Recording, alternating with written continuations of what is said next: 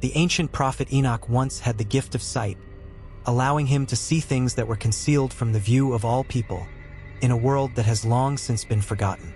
But Enoch did not always see serene and lovely scenes. Frequently, gloom and sadness were present in his visions.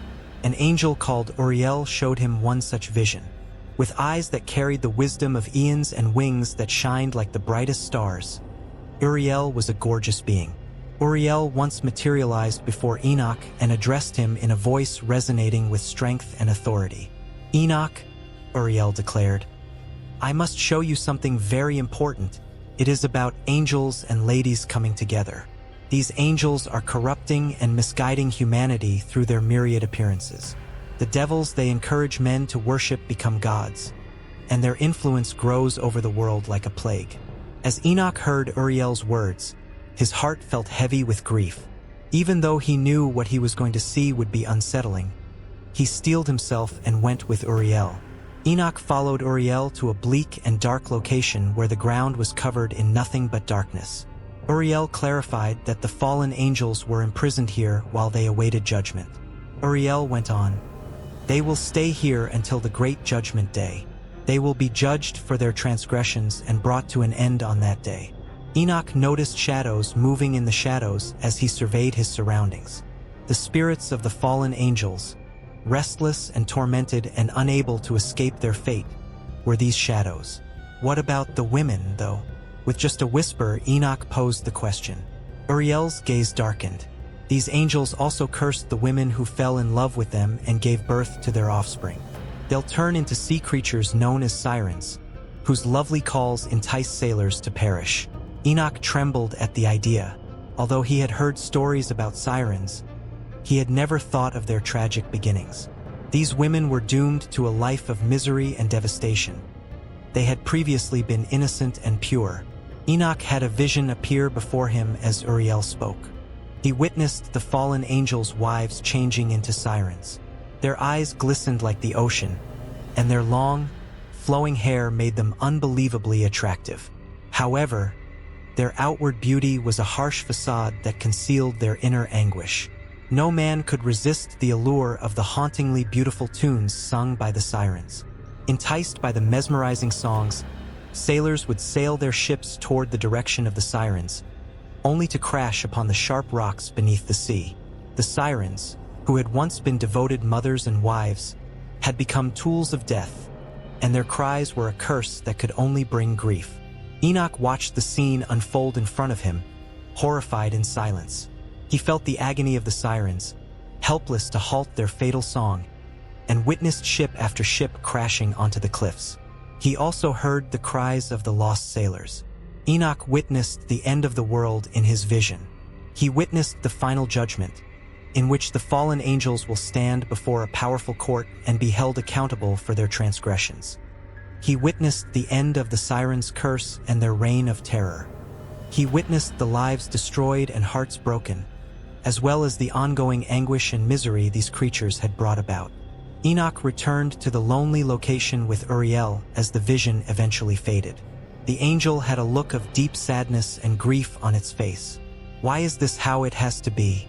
Enoch questioned, emotion rippling through his voice. Uriel touched Enoch's shoulder consolingly. "It is the cost of corruption and disobedience. The fallen angels inflicted destruction upon themselves and everyone they came into contact with by choosing to disobey the Creator. But Enoch, do not despair. There is yet hope. There will be a new beginning along with the big judgment. Justice will be served, and the suffering will come to an end." Even though his heart was still heavy, Enoch nodded. Though he was aware of the difficult and protracted path ahead, he also understood that it was his responsibility to tell others about what he had witnessed. He was the only one who could testify to the truth, the only one who had been given this vision. Having learned about the fallen angels and the terrible destiny of their spouses, Enoch returned to his people. He mentioned the sirens that alerted sailors to potential perils beneath the surface of the water. He warned his people to stay true to themselves and resolute in the face of the impending big judgment. The monarch of the Chaldeans frequently extolled the virtues of the ancient city of Babylon, which was known for its majesty and splendor. Babylon was a metropolis with opulent palaces, imposing fortifications, and lively marketplaces. It was the pride of the Chaldean Empire, an unstoppable bulwark of riches and strength. However, a prophet once predicted a different, gloomier, and more dismal future for this great city. The prophet foretold that Babylon, dubbed glorious by the Chaldean monarch, would resemble Sodom and Gomorrah, which God destroyed out of fury. The mighty metropolis will be destroyed, its magnificence reduced to ruins. The listeners listened in disbelief, unable to imagine their beloved city suffering such a destiny. The prophet's words depicted a bleak scene of abandonment and misery. He went on, "It won't be inhabited forever, and people won't enter it for many generations. Shepherds will not rest in its fields, nor will Arabs pass through it. Rather, the formerly opulent residences will become home to wild animals, and there will be constant commotion." When the prophet talked about the animals that would live among the ruins of Babylon, his vision grew even more terrifying. The streets will be deserted as the melancholic melodies of the sirens drift into repose. In the darkness, demons will dance, rejoicing in the destruction of the city. There will live bizarre and unnerving creatures known as donkey centaurs, and hedgehogs will make their nests in the abandoned buildings. The prophet's voice became urgent as he narrated this eerie scene. This devastation is approaching swiftly and won't wait. Babylon's splendor will soon fade into the distance, to be replaced by deterioration and quiet. The people were hearing things that they could hardly believe.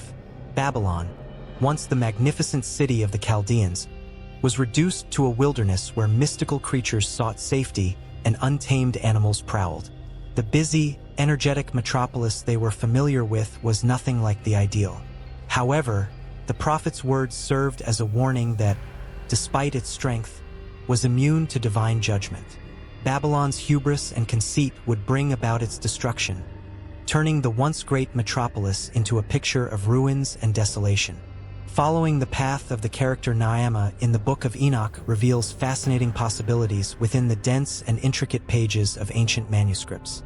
Different traditions have different roles and interpretations for the character Naamah. In some, she is portrayed as a seductress, while in others, she is a more redeemable figure. Uriel mentions the daughters of men whom the angels had tempted, leading to the sin that finally brought about their destruction. In 1 Enoch 19:2-3, the scripture states that these angel spouses will turn into sirens, a description that has baffled academics. For example, Michael Black acknowledged the difficulty in finding an appropriate translation but decided to keep the Greek term sirens in his translation. Though desert owls are characterized as lovely in Targum Isaiah 13 verse 21, he wondered if the original meaning might have meant daughters of loveliness. A strong case may be made, nevertheless, for understanding the original Aramaic as daughters of Naamah. Deeply ingrained in many different traditions, Naamah is a person with complicated overtones who occurs in Jewish folklore and Gnostic literature as Noria. If the daughters of Naamah are mentioned in 1 Enoch 19:2-4, this could lead to a reconsideration of these characters as beings who are capable of redemption rather than only seductresses. This reading is consistent with a minority perspective found in ancient literature, which holds that these women, who were thought to have been corrupted and deceived, might eventually be saved. Scholars like Strumsa and Pearson, who talk about the backlash to Naamah's poor portrayal, lend support to this viewpoint. They suggest that Gnostic readings of characters like Noria may represent a reversal of previous pejorative stereotypes, turning them into more virtuous or redeemable individuals. Recognizing Naamah's existence in 1 Enoch could have a big effect on how we interpret the book. It would imply that there is more Jewish thought behind the division between the sons of God and the daughters of men than has previously been acknowledged.